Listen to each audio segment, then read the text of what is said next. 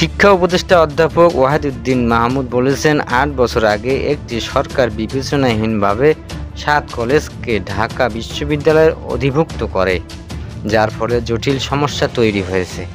এই ৭ কলেজ নিয়ে নতুন একটি স্বতন্ত্র বিশ্ববিদ্যালয় করা হবে। সকালে একটি গণমাধ্যমের সঙ্গে টেলিফোনের আলাপকালে তিনি ৭ কলেজ শিক্ষার্থীদের এই সুখবর দেন। ওয়াহিদউদ্দিন মাহমুদ বলেন, নতুন বিশ্ববিদ্যালয় করতে সময়ের প্রয়োজন। এটা ৩ দিনের মধ্যে সম্ভব নয়। এটার কাঠামো ব্যাপার রয়েছে। এটার মডেল কি হবে সেটা নিয়ে কাজ হচ্ছে, কারণ এটি একটি জটিল প্রক্রিয়া। শিক্ষা উপদেষ্টা বলেন, একটা বিশ্ববিদ্যালয় প্রতিষ্ঠা হলে বহুদিন থাকবে।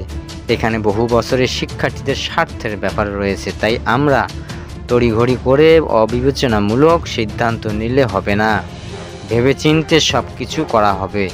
একটি বিশ্ববিদ্যালয় করতে হলে প্রথমে সংবিধি তৈরি করতে হয় উল্লেখ করে তিনি আরও বলেন, সেখানে শিক্ষক নিয়োগ সহ আরও অনেক কিছু বিষয় রয়েছে। শিক্ষা উপদেষ্টা বলেন, সনদ পাওয়ার আগে কোনো বিশ্ববিদ্যালয়ে শিক্ষার্থী ভর্তি করানো সম্পূর্ণ বেআইনি। ঢাকা বিশ্ববিদ্যালয় ও ৭ কলেজের কর্তৃপক্ষ আগামী সেশন থেকে আলাদাভাবে ভর্তি করার সিদ্ধান্ত নিয়েছে। তাই সামনে ভর্তি ইচ্ছুক শিক্ষার্থীদের কোনো একটা প্রক্রিয়ার মধ্য দিয়ে ভর্তি করতে হবে। আসন্ন 2024-25 শিক্ষাবর্ষের ভর্তি বিষয়ে কলেজের শিক্ষার্থীদের মতামত নেওয়া হবে। তাদের সঙ্গে আলোচনার ভিত্তিতে আমরা সিদ্ধান্ত নেব।